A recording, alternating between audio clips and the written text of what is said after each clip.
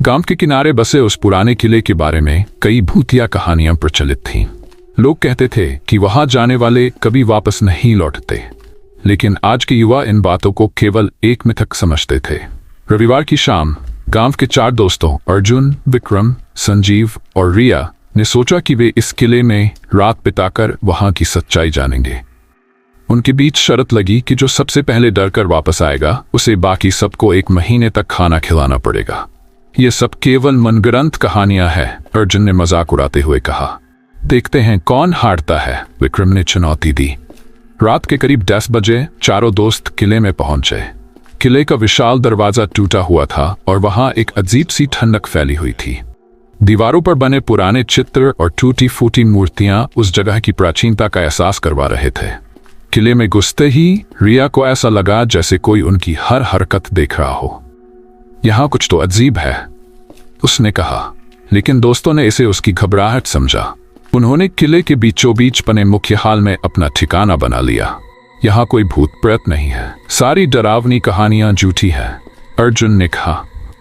लेकिन तभी हवा में एक अजीब सी गंध फैलने लगी। दीवारों से आती हल्की आवाजें सुनाई देने लगीं। ऐसा लगा जैसे कोई रो रहा हो। अचानक हाल के एक कोने में एक बड़ा सा चमड़े का थैला गिरा। थैले से एक तांत्रिक खेल का सामान निकला। काले पत्थर, खून से सने तावीज और एक तांत्रिक किताब। क्या ये किसी तांत्रिक का सामान है? संजीव ने डरते हुए पूछा। शायद, लेकिन चलो इसका इस्तेमाल करके देखते हैं, विक्रम ने मजाक में कहा। उन्होंने उस किताब को खोला और उसमें लिखे एक खेल का नियम पढ़ा। खेल का नाम था भूतिया खेल। नियम था कि इस खेल में हिस्सा लेने वाले को सच्चाई बोलनी होगी, वरना खेल में लिखी सजा भुगतनी पड़ेगी। ये तो मजेदार है, अर्जुन ने हंसते हुए कहा। चलो खेलते हैं, रिया ने डरते हुए सहमति दी। जैसे ही उन्होंने खेल शुरू किया, किले के माहौल में अचानक बदलाव आने लगा। ठंडी हवा का झोंका उनके चारों ओर घूमने लगा।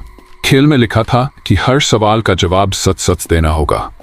पहला सवाल अर्जुन से पूछा गया, क्या तुमने कभी किसी से झूठ बोला है जो उसे नुकसान पहुंचा सकता था? अर्जुन ने जवाब दिया, हाँ। जवाब देते ही दीवार पर एक अजीब सा चित्र उभरने लगा। ये एक आदमी का चेहरा था जो दर्द में चीख रहा था। ये क्या हो रहा है? रिया ने चौंकते हुए पूछा। अगला सवाल विक्रम से पूछा गया, क्या तुमने कभी किसी की जान लेने की सोची है? विक्रम ने झिझकते हुए कहा, हाँ।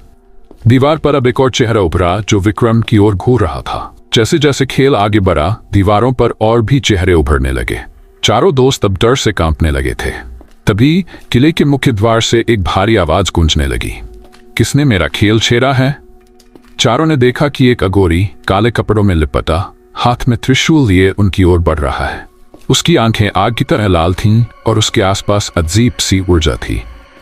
तुम लोगों ने मेरे खेल को अपवित्र किया है, अब तुम्हें इसकी सजा मिलेगी, अघोरी ने गर्जते हुए कहा। अघोरी ने कहा, यह किला उन आत्माओं का घर है जिनका बलिदान मैंने अपनी शक्तियों को बढ़ाने के लिए किया था। अब ये आत्माएं तुम्हारे पीछे पड़ेंगी। वह अपने अपने त्रिशूल से एक मंत्र पढ़ने लगा। अचानक किले में बंद दरवाजे अपने आप खुलने लगे। अंदर से कई आत्माएं बाहर निकल आईं। उनकी आंखों में बदला था और उनकी चीखें किले की दीवारों को हिला रही थीं। हमने गलती की, हमें माफ कर दो, रिया ने रोते हुए कहा। चारों दोस्त किले से बाहर भागने की कोशिश करने लगे, लेकिन हर रास्ता बंद हो चुका था। आत्माओं ने चारों को घेर लिया। तभी एक आत्मा ने कहा, अगर तुम इस खेल को पूरा करोगे और अपनी सबसे बड़ी गलती स्वीकार करोगे तो शायद हम तुम्हें छोड़ दें। चारों ने घबराते हुए अपनी अपनी गलती स्वीकार की। अर्जुन ने अपने दोस्त के साथ धोखे की बात मानी। विक्रम ने अपने गुस्से की वजह से हुए अपराध का खुलासा किया। संजीव ने अपनी लालच को स्वीकारा और रिया ने अपने डर को। आत्माओं ने उनकी ईमानदारी देखकर उन्हें छोड़ दिया। यह तुम्हारे प्रायश्चित का परिणाम है, अघोरी ने कहा। लेकिन याद रखना, अगर फिर कभी किसी ने इस खेल को छेड़ा तो वह बच नहीं पाएगा। किले का माहौल फिर शांत हो गया। चारों ने अपनी जिंदगी में पहली बार महिला मौत के इतने करीब खुद को पाया। उन्होंने किले से निकलकर तय किया कि कभी किसी ऐसी चीज के साथ खिलवाड़ नहीं करेंगे जिसे वे समझ नहीं सकते। अघोरी के गायब हो जाने के बाद चारों दोस्तों ने राहत की सांस ली, मगर किले की ठंडी और डरावनी हवा अभी भी उन्हें परेशान कर रही थी। ऐसा लग रहा था जैसे ये खेल खत्म नहीं हुआ। क्या तुमने देखा? वह अघोरी ऐसे गायब हो गया जैसे धुआं हो, रिया ने घबराते हुए कहा। लेकिन अब हमें यहां से निकलना होगा, अर्जुन ने कहा।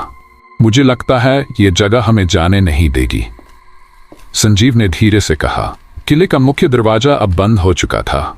अंदर घुप अंधेरा था और हर कोने से हल्की फुसफुसाहट सुनाई दे रही थी। विक्रम ने दीवार पर बनी एक अजीब आकृति की ओर इशारा किया। यह दरवाजा जैसा लग रहा है, शायद इसे बाहर जाने का रास्ता मिले, उसने कहा। चारों ने मिलकर उसे धक्का दिया। दरवाजा धीरे धीरे खुला और उनके सामने एक लंबी सुरंग थी। सुरंग के अंदर अंधेरा था और हवा में सड़ी हुई मिट्टी की गंध थी। क्या हमें इसमें जाना चाहिए? रिया ने डरते हुए पूछा। यह हमारी एकमात्र उम्मीद है, अर्जुन ने जवाब दिया। चारों सुरंग के अंदर बढ़ने लगे। रास्ता संकरा था और फर्श पर अजीब निशान बने हुए थे। जैसे जैसे वे आगे बढ़े, उनके कानों में अस्पष्ट आवाजें गूंजने लगीं। ये आवाजें कैसी हैं? संजीव ने घबराते हुए पूछा।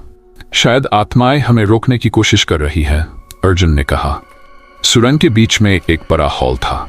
हॉल के बीचों बीच एक पुरानी वेदी रखी हुई थी, जिस पर एक किताब और एक चमचमाता खंजर रखा था। ये क्या है?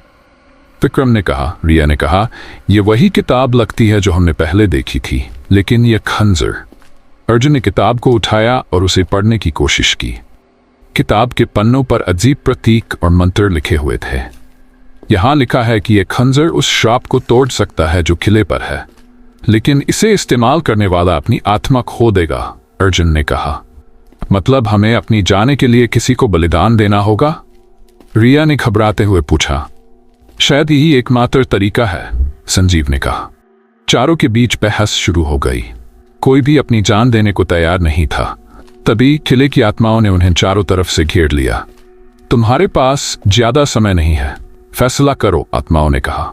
मैं ये बलिदान दूंगा, अर्जुन ने कहा। नहीं, ऐसा मत करो, रिया ने रोते हुए कहा। अर्जुन ने खंजर उठाया और आत्माओं की वेदी पर जाकर मंत्र पढ़ने लगा। लेकिन जैसे ही उसने खंजर उठाया, पूरी सुरंग कांपने लगी। अचानक वह अघोरी फिर से प्रकट हुआ। रुको, उसने चिल्लाकर कहा। यह बलिदान केवल एक भ्रम है, आत्माओं का खेल है यह। तुम्हारी ईमानदारी ही श्राप तोड़ सकती है। अघोरी ने अपने त्रिशूल से एक मंत्र पढ़ा और किले की आत्माओं को शांत किया।